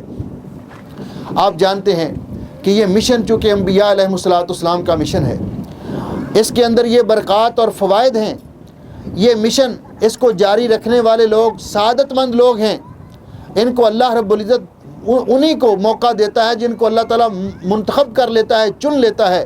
اللہ جل شانہ اپنی کتاب مقدس میں فرماتے ہیں, ثم اورثنا الکتاب الذین اصطفینا من عبادنا, ہم اپنی کتاب کے وارث, اس علم کے وارث, اس دین کے وارث ان لوگوں کو بناتے ہیں جن کو ہم اپنے بندوں میں سے چن لیتے ہیں. یہ بڑی سعادت کی بات ہے. اور نبی کریم علیہ السلام نے ایسے ہی لوگوں کو کہا ہے, العلماء ورثۃ الانبیاء, علماء انبیاء کے وارث ہیں. تو جب یہ مشن اتنا اہم ہے تو اس مشن کی راہ میں رکاوٹیں بڑی ہیں, اس مشن کی راہ میں رکاوٹیں بڑی ہیں. ایسی صورتحال میں ایک داعی کو کیا کرنا چاہیے؟ اب ایک نقطہ یہ اپنے سامنے رکھیے. جب اللہ تعالیٰ نے موسیٰ علیہ السلام کو اور ہارون علیہ السلام کو فرعون کی طرف دعوت دینے کے لیے بھیجا, انہوں نے جا کر اپنا پروگرام ان کے سامنے پیش کیا, تو فرعون کو اس کی جو پوری پارلیمنٹ تھی اس کے علماء تھے، وزراء مشیر تھے، ان کو کوئی جواب نہیں آیا، تو انہوں نے اس پروگرام کو خراب کرنے کے لیے وہی حربہ استعمال کیا جو ہر دور میں استعمال ہوتا ہے۔ کیا حربہ استعمال ہوتا ہے؟ جب آپ کسی کو کہتے ہیں کہ بھائی دیکھیے قرآن پاک میں یہ آیا ہے، حدیث پاک میں یہ آیا ہے، آپ کی نماز کا یہ طریقہ سنت کے مطابق نہیں ہے، اللہ تعالیٰ قیامت کے دن وہی عمل قبول کریں گے جس عمل کے اندر 3 قسم کی شرطیں پائی جائیں گی، یعنی اعمال کی قبولیت کے لیے 3 شرطیں۔ پہلی شرط یہ ایمان کامل، ایسا ایمان جس کے ساتھ شرک کی آمیزش نہ ہو۔ دوسری شرط یہ اخلاص، کہ وہ عمل خالص اللہ کی رضا کے لیے۔ تیسری شرط مطابعت، کہ وہ عمل رسول اکرم صلی اللہ علیہ وسلم کی سنت کے مطابق ہو۔ تو بھئی دیکھیے آپ جو نماز پڑھ رہے ہیں یہ نماز کا طریقہ رسول اکرم صلی اللہ علیہ وسلم سے ثابت نہیں ہے۔ اب چاہیے تو یہ کہ وہ بھائی اس کو صحیح بات بتائی جائے۔ مثال کے طور پر دنیاوی معاملات میں ہم ایسے ہیں کہ ایک آدمی لمبا سفر کر کے وہاں سے خیتان سے جلیب سے یہاں تک پہنچ جاتا ہے، فہیل سے بھی آگے پہنچ جاتا ہے، جانا اس نے جہرے کی طرف ہے، اپنی طرف سے وہ جہرے کی طرف جا رہا ہے۔ تو یہاں کوئی آدمی اس کو کہتا ہے کہ بھائی کہاں جانا چاہتا؟ جی میں جہرہ جانا چاہتا ہوں۔ او بھائی اللہ کے بندے، آپ تو بالکل غلط اپوزٹ سائڈ پہ جا رہے ہیں، آپ جائیں اور جہرہ اس سائڈ پر ہے۔ تو وہ اتنا لمبا سفر طے کرنے کے بعد وہ کہتا ہو یار، پھر وہ واپس پلٹتا ہے، بات مان لیتا ہے۔ کوئی آدمی ایئرپورٹ کی طرف جا رہا ہے، اس نے اپنے ملک میں جانا ہے، اس کے پاکٹ میں ٹکٹ بھی ہے، پیسے بھی ہیں، اور اس کا والٹ گر جاتا ہے۔ ایک آدمی پیچھے جا رہا ہے، شیخ رضوان صاحب اس کے پیچھے جا رہے ہیں، انہوں نے وہ اٹھایا۔ وہ بندہ جب جا کر کاؤنٹر پہ پہنچا بورڈنگ کارڈ لینے کے لیے، دیکھا تو کچھ بھی نہیں، ٹکٹ بھی نہیں ہے، وہ پرس بھی نہیں ہے اس کا۔ تو یہ پیچھے سے پہنچ جاتے ہیں، کہتے ہیں کہ بھائی یہ آپ کا پرس گر گیا تھا، اس کے اندر آپ کا سب کچھ ہے۔ تو وہ آدمی اتنا خوش ہوتا ہے، بعض اوقات اس کے اندر 1000 دینار ہوتا ہے، 500 نکال کر شیخ صاحب کو انعام دے دیتا ہے۔ یار مجھے نہ ملتا تو کتنی مشکل تھی، پاسپورٹ بھی اس کے اندر تھا، ٹکٹ بھی اس کے اندر تھی۔ یعنی دنیاوی خیر خواہی پر شکریہ ادا کرتا ہے، حالانکہ پاسپورٹ دوبارہ بن سکتا تھا، ٹکٹ خریدا جا سکتا تھا۔ لیکن جو شخص آخرت کے لیے ہماری خیر خواہی کر رہا ہے، جہاں جا کر دوبارہ کوئی پاسپورٹ بھی نہیں بنے گا، ٹکٹ بھی نہیں ملے گا، جو کر لیا سو کر لیا، اس کا ہم شکریہ ادا کرنے کی بجائے اس کے ساتھ ناراض ہوں، تو یہ کتنی بڑی افسوس کی بات ہے۔ اب اس آدمی کو کہا جاتا ہے کہ بھائی آپ کا یہ طریقہ، کہتا ہے اچھا تو اب ملا آ گیا، کل کا 2 دن آپ بیٹھا ہے شاہ صاحب کے درس میں، مولوی عبدالخالق کا درس 3 دن آپ نے سنا ہے تو بڑا علامہ بن گیا۔ میرا باپ غلط تھا، میرا دادا غلط تھا، وہ سارے غلط ہی کرتے رہے، ان کی کوئی نماز قبول نہیں ہوگی۔ یہ اس کا طریقہ کار ہوتا ہے۔ اور یہ لوگوں ایسا ایک پوائنٹ ہے جس سے لوگ بھڑک اٹھتے ہیں کہ اس نے ہمارے باپ دادا کو غلط کہہ دیا۔ یہی بات فرعون نے کی جب موسیٰ علیہ السلام نے ان کو دعوت دی اور کہا کہ یہ طریقہ ہدایت ہے، یہ راستہ ہے، صحیح راستہ ہے، تو اس کو اور کوئی جواب نہیں آیا، تو فوراً اس نے یہی پوائنٹ اٹھایا، کہتا ہے فما بال القرون الاولیٰ، اگر ہم غلط ہیں تو ہمارے پہلے بھی سارے غلط تھے۔ اب اس کا خیال تھا کہ موسیٰ علیہ السلام آگے سے کہہ دیں گے کہ ہاں وہ غلط تھے، تو یہاں لڑائی شروع ہو جائے گی، ان کی مار پیٹ کر کے یہاں سے نکال دیں گے۔ لیکن موسیٰ علیہ السلام اللہ کے نبی تھے اور اللہ نے ان کو یہ اسلوب سکھایا تھا۔ یہ اسلوب ہمیں نوٹ کرنے کی ضرورت ہے۔ موسیٰ علیہ السلام نے کیا جواب دیا؟ علمھا عند ربی، بھئی جو پہلے گزر چکے اللہ ان کے بارے میں جانتا، میں تو آپ کے ساتھ بات کرنا چاہتا ہوں۔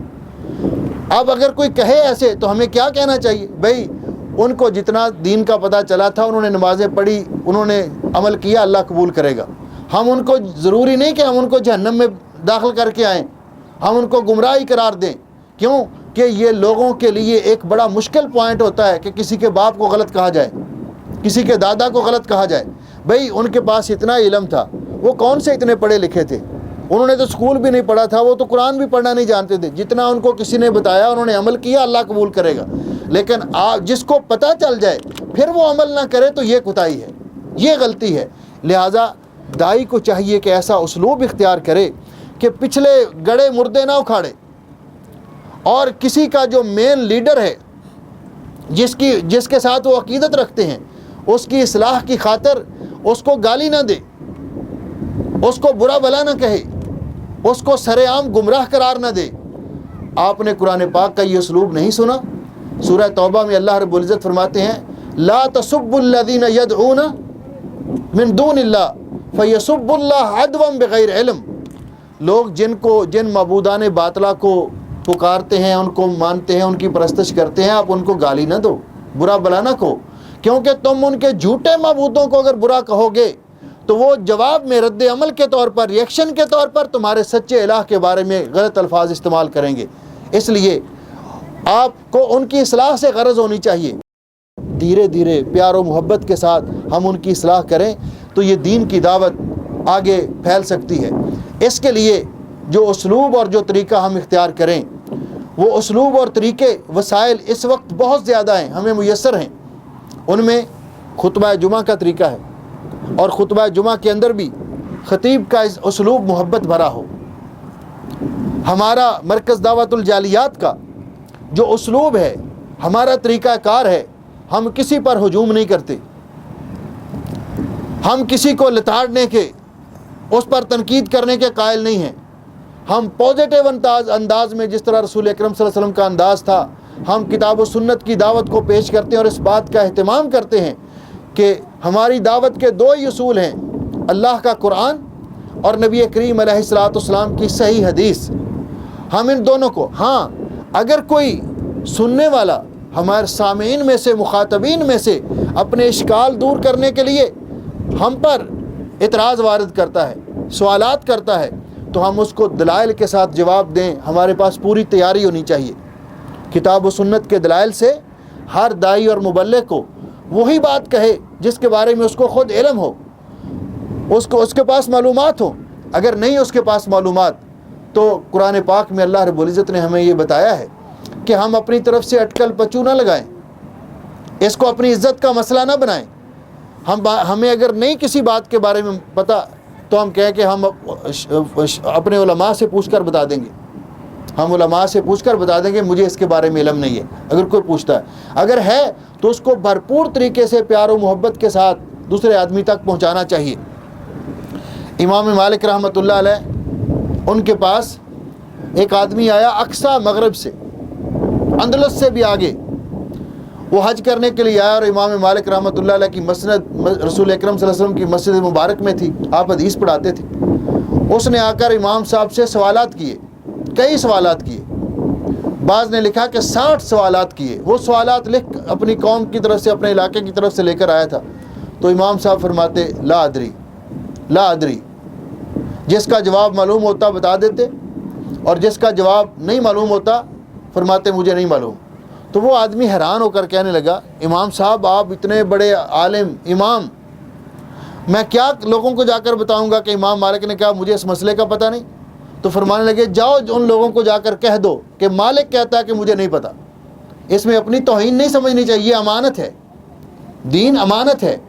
اگر ہماری وجہ سے کوئی آدمی اس کو غلط مسئلہ معلوم ہو گیا، غلط مسئلہ، اور وہ اس پر عمل کرتا رہا، ہم نے بغیر تحقیق کے اس کی غلط رہنمائی کی، وہ تو ہو سکتا ہے قیامت کے دن چھوٹ جائے کہ اس بیچارے کو پتہ نہیں تھا، لیکن اس کو غلط مسئلہ بتانے والا، گمراہ کرنے والا، یہ نہیں چھوٹے گا۔ اللہ رب العزت نے قرآن پاک میں یہ ایک اصول بیان کیا ہے، اور ہمارے تمام دعات اور مبلغین کو، دوسرے کی رہنمائی کرنے والے کو، دوسرے کو گائیڈ کرنے والے کو یہ اسلوب اپنے ذہن میں رکھنا چاہیے۔ اور وہ اصول کیا ہے؟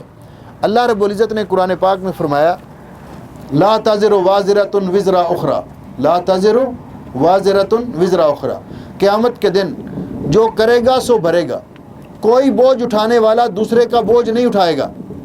لیکن ایک طبقے کا ذکر اللہ رب العزت نے قرآن پاک میں کیا کہ وہ وَلَيَحْمِلُنَّ أَثْقَالَهُمْ وَأَثْقَالًا مَعَ أَثْقَالِهِمْ، کہ وہ اپنے بوجھ بھی اٹھائیں گے اور دوسروں کے بوجھ بھی اٹھائیں گے، اپنے گناہوں کا بوجھ بھی اٹھائیں گے اور دوسروں کے گناہوں کا بوجھ بھی۔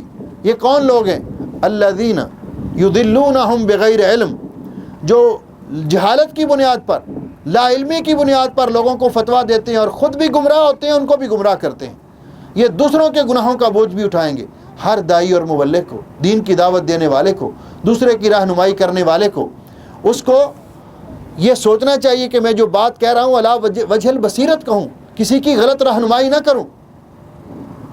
یہ اور اس طرح کا طبقہ عوام کے اندر بہت ماشاءاللہ ہوتا ہے۔ مجمع میں علماء بیٹھے ہوتے ہیں، ہمارے ایک مولانا صاحب ہیں، وہ لطیفہ سنایا کرتے ہیں، وہ فرماتے ہیں کہ مجمع میں لوگ بیٹھے تھے تو مولانا صاحب سے کسی نے مسئلہ پوچھا کہ حضرت صاحب بغیر وضو کے نماز ہو جاتی ہے؟ ابھی مولانا صاحب تو اپنا مائنڈ سیٹ ہی کر رہے تھے اس کو جواب دینے کے لیے، تو جو مجمع میں جو لوگ بیٹھے تھے ان میں کہتا ہو جاتی ہے، کیوں نہیں ہوتی؟ تو وہ بندہ جو سوال کرنے والا ہے وہ کہتا ہے کیسے ہوتی ہے؟ اس نے کہا میں نے کئی دفعہ پڑھی ہے۔ سمجھے نا بات؟ اس نے کہا کہ کیوں نہیں ہوتی، میں کئی دفعہ بغیر وضو کے پڑھی ہے۔ اس لیے ایسا بات نہیں، علماء جب مجلس کے اندر موجود ہوں، علماء، داعی کا یہ اسلوب اور داعی کا یہ اخلاق ہونا چاہیے کہ ہمیں شریعت نے ہمیں حکم دیا ہے، ہماری یہ رہنمائی کی ہے، انزل الناس منازلہم، لوگوں کو ان کے مقام و مرتبے کے مطابق ڈیل کیا جائے، ان کے مقام و مرتبے کے مطابق ان کے ساتھ سلوک کیا جائے۔ اور نبی علیہ الصلوۃ والسلام نے فرمایا لیس منا من لم یوقر کبیرنا ولم یرحم صغیرنا، جو آدمی ہمارے بڑوں کا احترام نہیں کرتا، چھوٹوں کے ساتھ پر شفقت نہیں کرتا، اس کا ہمارے ساتھ کوئی تعلق نہیں۔ اور ایک روایت میں ہے ولا یعرف لعالمنا حقا، اور ہمارے علماء کا جو حق نہیں پہچانتا اس کا بھی ہمارے ساتھ کوئی تعلق نہیں ہے۔ رسول اکرم صلی اللہ علیہ وسلم کی ایک حدیث میں آپ نے فرمایا البرکۃ مع اکابرکم، بڑوں کے ساتھ برکت ہے، بڑے لوگ باعث برکت ہوتے ہیں، عمر میں بڑے، علم میں بڑے۔ تو ایسی صورتحال میں ایک آدمی جو جانتا ہے تو اللہ تعالیٰ نے فرمایا فوق کل ذی علم علیم، وہ اپنے سے زیادہ جاننے والے کا احترام کرے۔ ہم اپنے اساتذہ کا احترام کریں، اپنے مشائخ کا احترام کریں، یہ ہر مسلمان کے لیے لازمی ہے، ہر مسلمان کے لیے ضروری ہے۔ ہم اس طرح کا غلو نہیں چاہتے جس طرح کے گمراہ فرقوں نے اور اہل بدعت نے کیا کہ اپنے علماء کی پرستش کرتے ہیں، لیکن علماء جو ہمارے خیر خواہ ہیں ان کا احترام کس طرح ہونا چاہیے؟ حضرت ابن عباس، یار یہ ادھر سے پہلے چھوٹے بچوں نے مجھے، ہاں جی، حضرت ابن عباس رضی اللہ تعالیٰ عنہ، حضرت زید ابن ثابت رضی اللہ تعالیٰ عنہ، جب وہ سواری پر سوار ہوتے تو ان کی رکاب تھام لیتے، جس میں وہ پاؤں رکھ کے چڑھتے ہیں نا گھوڑے پر سواری پر، تو وہ پکڑ لیتے۔ تو انہوں نے کہا اے ابن عباس، آپ تو مفسر قرآن ہیں، رسول اللہ صلی اللہ علیہ وسلم کے چچیرے بھائی ہیں، تو آپ اس طرح نہ کیا کریں۔ تو انہوں نے کہا کہ ہمارا حق بنتا ہے کہ ہم اپنے علماء کا، اپنے اکابر کا، اپنے اساتذہ کا احترام کریں۔ علماء کا، اساتذہ کا احترام یہ ہمیشہ ملحوظ خاطر رکھنا چاہیے، کبھی ان کو حقارت کی نگاہ سے نہیں دیکھنا چاہیے، ان سے استفادہ کرنا چاہیے۔ یہ ہر آدمی کا فرض ہے، یہ مبلغین اور دعات کے لیے بھی ضروری ہے کہ وہ لوگوں کے سامنے ایک دوسرے کا احترام کریں اور لوگوں کے سامنے ایک ایسا اسوہ اور نمونہ پیش کریں۔ آخر میں ٹھیک ہے، میں نے کہا آخر میں ہے جی، ابھی آخر میں نہیں آیا، اچھا اذان تک، ٹھیک ہے ٹھیک ہے ٹھیک ہے ٹھیک ہے ٹھیک ہے، چلو میں آخر کا لفظ واپس لے لیتا ہوں، ابھی کنٹینیو ہے میری بات۔ تو اس کے ساتھ ساتھ اکرام مسلم یہ داعی کے لیے ایک زاد راہ ہے، ہر مسلمان کا احترام کرنا، ہر مسلمان کے ساتھ پیار و محبت کے جذبات رکھنا۔ انسان یہ اسلوب، یہ ذہن میں رہنا چاہیے کہ داعی کی حیثیت، مبلغ کی حیثیت، خطیب کی حیثیت، مدرس کی حیثیت ایک طبیب کی سی ہوتی ہے۔ طبیب مریض کے ساتھ ہمدردی رکھتا ہے، اگر وہ لڑائی کرتا ہے، مقابلہ کرتا ہے تو بیماری کا کرتا ہے۔ نفرت ہوتی ہے تو برائی سے ہوتی ہے، برے آدمی سے نفرت نہیں ہونی چاہیے، کیوں کہ اس کی اصلاح کا امکان ہوتا ہے۔ اگر ہم اس سے نفرت کریں گے تو اس کی اصلاح ہو ہی نہیں سکے گی۔ یہاں ہمارے ایک خاتون ہوتی تھیں کویت میں، بڑی مبلغہ تھیں، اللہ تعالیٰ ان کو صحت و عافیت عطا فرمائے، کافی عرصے سے وہ پاکستان چلی گئیں، مکمل وہ شفٹ ہو گئے۔ تو انہوں نے یہاں بھی وہ دعوت و تبلیغ کا کام کرتی تھی، اور جب وہاں جا کر انہوں نے کیا تو وہ یہاں پہلے سفر میں آئی تو انہوں نے مجھے فون کیا، انہوں نے کہا شیخ صاحب یہاں ہم نے جو آپ سے سنا اس کے مطابق ہم دعوت و تبلیغ کا کام کرتے تھے تو ہم بڑا اثر تھا لوگوں میں، لیکن وہاں جا کر تو اسلوب بھی بڑا عجیب ہے۔ میں نے کہا کیسے؟ اس نے کہا کہ میں جب وہاں گئی تو جس گھر میں ہم رہتے ہیں ہمارے گھر کے دائیں طرف بھی وہ امیر کبیر لوگوں کا علاقہ ہے، اور بائیں طرف بھی جو کوٹھیاں ہیں دونوں بنگلے ہیں ان میں جو خواتین رہتی ہیں وہ بالکل پردہ نہیں کرتی، انہوں نے بال چھوٹے کروائے ہوئے اور جب نکلتی ہیں تو شرٹ پتلون پہنی ہوتی ہے اور گاڑی ہر ایک کے پاس ہے، تو کوئی پردہ نہیں کرتی۔ اور ہمارے گھر والے کہتے ہیں یہ بھی بہت برے لوگ ہیں، یہ بھی بہت برے لوگ ہیں یہ، اور اس گھر کے لوگ سارے پردہ کرتے ہیں، اس گھر میں تفسیر کی کلاس ہوتی ہے، لیکن اڑوس پڑوس والے کوئی نہیں ادھر آتا، وہ کہتے ہیں یہ دقیانوس لوگ ہیں، پرانے لوگ ہیں، جاؤ جاؤ کام کرو نا اندر، آپ کے ابو ادھر ہیں، ہاں جی یہ پرانے لوگ ہیں۔ تو کہنے کہ میں نے جب دیکھی صورتحال تو میں بہت پریشان ہوئی، میں نے دل میں یہ ٹھان لیا کہ میں نے ان خواتین کی اپنے اڑوس پڑوس کی اصلاح کرنی ہے۔ کہنے لگی میں اسی طرح جب میں نے کوشش کی کہ ایک دو دفعہ اسی طرح میں نقاب وغیرہ لے کر جب وہ گھر سے نکلی تو میں آگے بڑھ کر ان کو کہا کہ باجی السلام علیکم، کہا چلا السلام علیکم، تو لوگ ایسے دوسری کے پاس گئی، 2-3 دفعہ میں نے ایسے کیا تو ایک دن وہ کہتی آخر آپ کہنا کیا چاہتی ہیں، آخر آپ کہنا کیا؟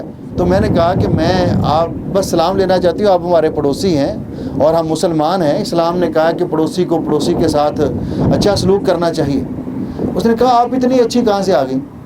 کہا اسی گھر میں رہتی ہوں۔ کہا یہ گھر والے تو ہمیں دیکھتے بھی نہیں، کہتے ہیں پتہ نہیں ہمیں جہنم میں انہوں نے داخل کیا ہوا ہے زندگی میں ہی، یہ تو ہمیں مسلمان بھی نہیں سمجھتے، اس گھر والے نفرت کرتے ہیں جب ہم گور گور کے دیکھتے ہیں ہماری طرف۔ اس نے کہا نہیں بہن نہیں، کہ اگلے دن میں ان کو گلے ملی تو کہا آپ کسی دن ہمارے گھر تشریف لائیں، کہتی ان کو میں نے بلایا۔ تو جب وہ پہلی نشست میں ہمارے گھر آئی تو میں ان کو تفسیر کا درس دے رہی تھی، وہ درس میں بیٹھی تو کہتی درس کے بعد جب وہ اٹھی تو انہوں نے کہا کہ بہن یہ جس طرح کا عبایا اور یہ نقاب آپ کرتی ہیں نا ہمیں بھی بازار سے خرید کے لا دیں۔ وہ کہنے لگی کہ میں نے تھوڑی سی محنت کی اور دونوں اڑوس پڑوس کے جو گھر تھے ان کی اب بچیاں تفسیر کی کلاس میں آتی ہیں اور مکمل نقاب کرتی ہیں، جو کہ اتنا نفرت کرتے تھے۔ ہم نے یہ دیواریں کھڑی کر رکھی ہیں معاشرے میں، ہم نے یہ دیواریں معاشرے کے اندر کھڑی کر رکھی ہیں، یہ دیواریں اگر ہم ختم کریں اور اس کے ساتھ ساتھ اللہ تعالیٰ سے دعا کریں، اللہ تعالیٰ سے دعا کریں، کس طرح انبیاء علیہم الصلوۃ والسلام اپنی قوموں کے لیے محنت کرتے اور پھر ان کے لیے دعا بھی کرتے ہدایت کے لیے، تو ہم اپنے بہن بھائیوں کے لیے، تمام مسلمانوں کے لیے، اپنے معاشرے کے لوگوں کے لیے اللہ تعالیٰ سے دعا بھی کریں کہ اللہ ان کے دل ہدایت کی طرف مائل کر دے، ان کو راہ راست عطا کر دے۔ جس طرح ہم اس بات کے متمنی ہیں کہ ہم جنت میں جائیں تو ہمیں ہر مسلمان بہن بھائی کے بارے میں یہ دل میں خواہش ہونی چاہیے کہ ہمارے تمام مسلمان بہن بھائی یہ جنت میں چلے جائیں۔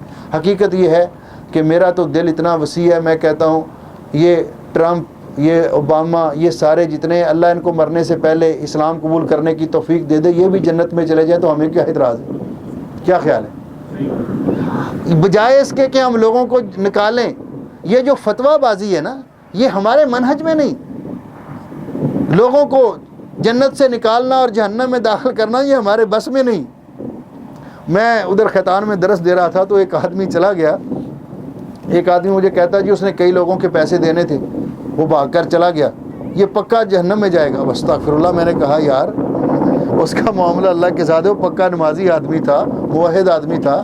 کہتا جی نہیں، سوال ہی پیدا نہیں ہوتا، جو حقوق العباد میں کوتاہی کرتا ہے وہ جہنم میں جائے گا۔ جب وہ سارے مجمع میں وہ اصرار کر رہا ہے، میں نے کہا یار مجھے یہ بتا کہ اس کو جہنم میں بھیج کر آپ کو کیا ملے گا؟ کیا آپ نے اس سے پیسے لینے تھے؟ کہتے نہیں میں نے تو نہیں لینے، پیسے کسی نے لینے ہیں، جہنم میں یہ اس کو بھیج رہا ہے۔ تو اللہ کی جنت تو میرے بھائیوں اور میری بہنوں اتنی وسیع ہے کہ پیارے نبی حضرت محمد رسول اللہ صلی اللہ علیہ وسلم فرماتے ہیں کہ سب سے آخری بندہ مشرک کو اللہ نے معاف نہیں کرنا جو شرک کرتے ہوئے مر گیا، اس کے علاوہ کبیرہ گناہ ہو گئے تو اللہ کی مشیت میں ہے، چاہے تو اللہ اس کو سزا دے، چاہے اللہ ویسے معاف کر دے۔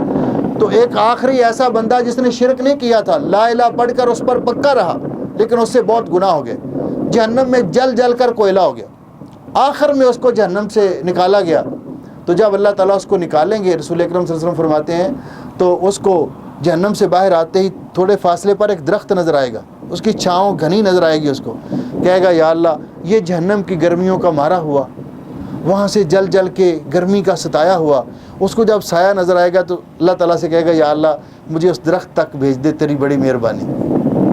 اللہ تعالیٰ فرمائیں گے او میرے بندے میرے ساتھ وعدہ کر کہ اگر میں نے تجھے وہاں تک پہنچا دیا تو پھر اور کچھ نہیں مانگو گے؟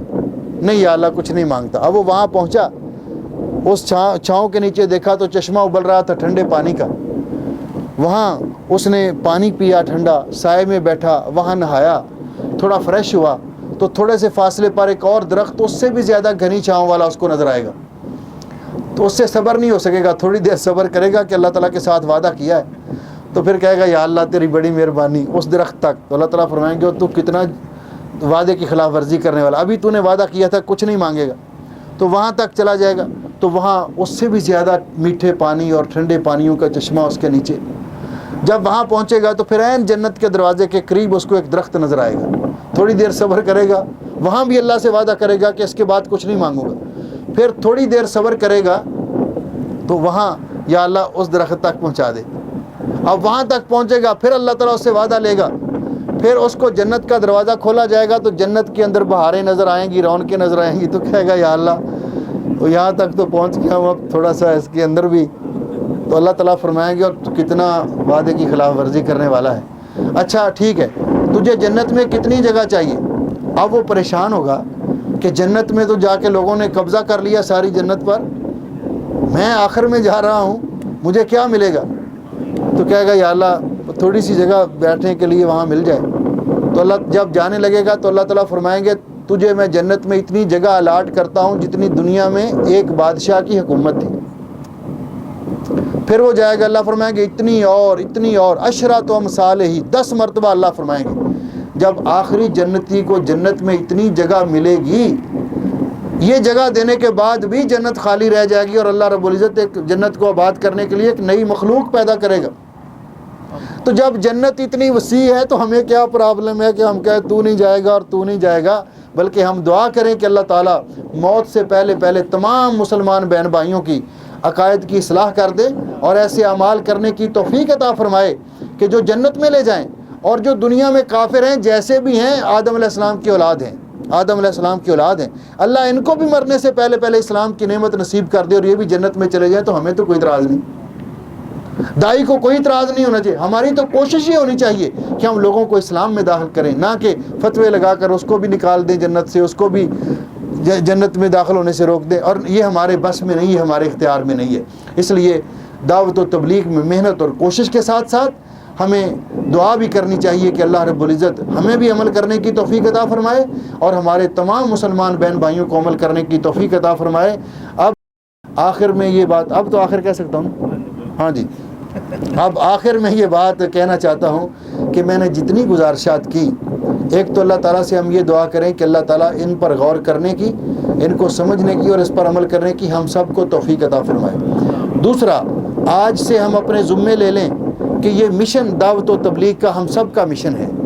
جہاں ہمارے دروس ہیں، جہاں ہماری ترجمہ اور تفسیر کی کلاسیں ہیں، خواہ خواتین کی ہیں یا مردوں کی ہیں، اس میں لوگوں کو لائیں، لوگوں کو دعوت دیں، خود سیکھیں، پھر اس کو آگے پہنچائیں۔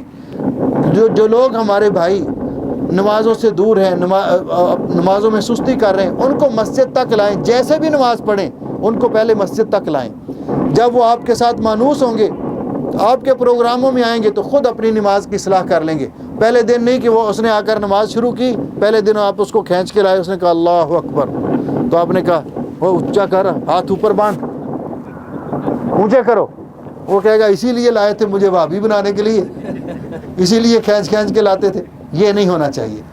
نماز پڑھے، جیسے بھی پڑھے، جب پڑھے گا ہمارے پاس بیٹھے گا، پھر اس کو ہم صحیح دین پیش کریں کہ بھئی یہ طریقہ ہے، اس کی قسمت میں ہوگا تو قبول کرے گا، وگرنہ کم از کم نماز پڑھنے کے لیے مسجد کے ساتھ اس کا رابطہ تو ہو جائے گا نا۔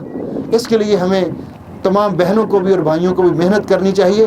اللہ جل شانہ آپ تمام احباب کی، شاہ صاحب کے تمام رفقائے کار، حافظ شفیق صاحب اور باقی ساتھی جنہوں نے اس مخیم کے لیے محنت کی اور اس رات دیر تک یہاں کام کرتے رہے، یہاں مخیم یہ تمام چیزیں ان کا ارینج کرتے رہے، اور باقی بھی جو جس طرح یہ یہاں تشریف لانے والے بہن بھائیوں کی خدمت کریں، اللہ تعالیٰ قبول فرمائے اور اس پروگرام کو ہم سب کے لیے صدقہ جاریہ بنائے اور اس کو نور ہدایت کا ایک مرکز بنائے اور یہاں سے ایسی شمع پھوٹے اور اللہ کرے، اللہ تعالیٰ میری باتوں میں یہ تاثیر پیدا کرے کہ یہاں سے ہم ہر شخص داعی بن کے یہ ارادہ لے کر جائے کہ میں اپنی اپنی حیثیت کے مطابق، زیادہ نہیں، 1-2 آدمیوں کو تو جو نماز نہیں پڑھتے ان کو نماز کی طرف لاؤں گا، مسجد تک لاؤں گا، کوشش کرے۔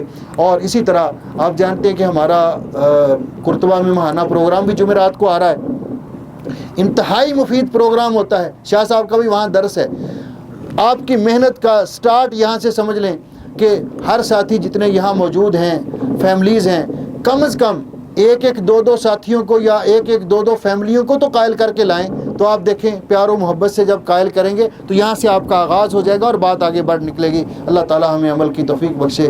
جزاکم اللہ خیراً، آپ نے بڑی اچھی طرح میری گفتگو سنی، اللہ عمل کی توفیق بخشے۔ سبحانک اللہم و بحمدک، اشہد ان لا الہ الا انت، استغفرک و اتوب الیک۔ ہم شیخ صاحب کے، میں بھی اور میرے تمام ساتھی جو ہیں ان کی عطا گرائیوں سے مشغول ہیں اور اللہ تعالیٰ کے حضور ہم دعا گو ہیں کہ اللہ تبارک تعالیٰ شیخ صاحب کی زندگی میں، ان کے علم میں، ان کے عمل میں برکت عطا فرمائے۔ حقیقت ہے کہ انہوں نے یہاں آ کر سب سے پہلے تو ہمارے حوصلے بلند کیے ہیں، اور دوسری بات ہے کہ یقیناً جو گفتگو کر رہے تھے دل تو چاہتا تھا کہ وہ اور کرتے رہیں، اسی لیے ہم نے ان کے آخر میں کہا کہ نہیں تھوڑا سا اور۔ بڑی پیاری گفتگو ہو رہی تھی۔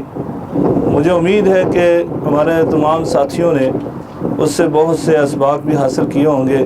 یقیناً مجھے تو بہت سی رہنمائی ملی ہے کہ جو ہم کام کر رہے ہیں اس میدان میں، کہ ہم ان کی گفتگو کی روشنی میں بہت سارے اور جو امور ہیں جن میں ہمارے اندر کوتاہی تھی، کمی تھی، انشاءاللہ العزیز ان کو ہم دور کرنے کی کوشش کریں گے۔ اور جیسے انہوں نے آخر میں کہا ہے کہ یہاں سے ہم جو ہے یہ ایک نیا جذبہ اور برولا لے کر نکلیں کہ کم از کم، جیسے ہم ہمیشہ ہی یہ کہتے ہیں، ہمارے اسٹیج کی دعوت ہی یہ رہی ہے کہ کم از کم جو اجتماعی مسائل ہیں ان کی طرف تو لوگوں کو دعوت دیں۔ جیسے نماز کی مثال شیخ صاحب نے پیش کی ہے کہ کم از کم جو بے نمازی ہیں، کتنے لوگ بے نمازی ہیں، ہم ان کو مسجد میں لے کر تو آئیں، ان کو نماز کی دعوت تو دیں کہ بھئی آپ نماز پڑھو، جیسے بھی پڑھو، تو ہم ان کو لے کر تو آئیں انشاءاللہ العزیز۔ جیسے انہوں نے اپنی تقریر میں یہ بھی کہا تھا، پھر دعا بھی کرنی چاہیے انبیاء کی طرح۔ اور یہاں تو میں اکثر کہا کرتا ہوں، دیکھیں نبی پاک صلی اللہ علیہ وسلم کے ساتھ کیسے مسائل پیش ہے۔ جنگ احد کا واقعہ آپ کے سامنے ہے، طائف کا واقعہ آپ کے سامنے ہے۔ نبی پاک نے اس کے بعد ان کے لیے دعائیں کی ہیں۔ ہم تو جہاں کسی ساتھی کو اچھے انداز سے دعوت دیں گے، نبی پاک صلی اللہ علیہ وسلم جیسا اسلوب تو ہمارا ہو نہیں سکتا، لیکن اس کے باوجود دیکھیں آپ کے اسلوب کے جواب میں کیا ملا، اور ہمارا انداز جب ہم دعوت دیتے ہیں اگرچہ ویسا نہیں، عشر عشیر بھی نہیں ہے، پھر بھی ہمیں کوئی ایسا ساتھی نہیں ملتا جو ہمارے ساتھ وہ رویہ اپنائے جو نبی پاک صلی اللہ علیہ وسلم کے ساتھ اپنائے، ہماری بات کو توجہ سے سنیں گے، چاہے وہ عمل کریں نہ کریں، ہمیں گالیاں نہیں دیں گے، ہمیں پتھر نہیں ماریں گے، یعنی وہ ہماری بات کو تو سنیں گے نا۔ اور ہمارا فرض کیا ہے، ہمارا کام ہی یہ ہے کہ بس ہم اچھے انداز سے، اچھے اسلوب سے ہم دعوت پیش کر دیں اور پھر دعا کریں۔ اور نبی پاک صلی اللہ علیہ وسلم نے دعا کی تو میں اکثر یہ کہا کرتا ہوں، احد کے میدان میں نبی پاک نے دعا کی اور اس دعا کا نتیجہ جو ہے آپ نے سیرت کی کتابوں میں پڑھ کر دیکھیں، یہ ہوا کہ احد کی جنگ کا پانسا پلٹنے والا خالد ابن ولید جو ہے اس دعا کے اثر میں اسلام قبول کرتے ہیں۔ فتح مکہ کے موقع پر ابو سفیان جو کافروں کے لشکر کی سپہ سلاری کرتے ہوئے آئے تھے، اس دعا کے نتیجے میں وہ فتح مکہ کے موقع پر اسلام قبول کرتے ہیں۔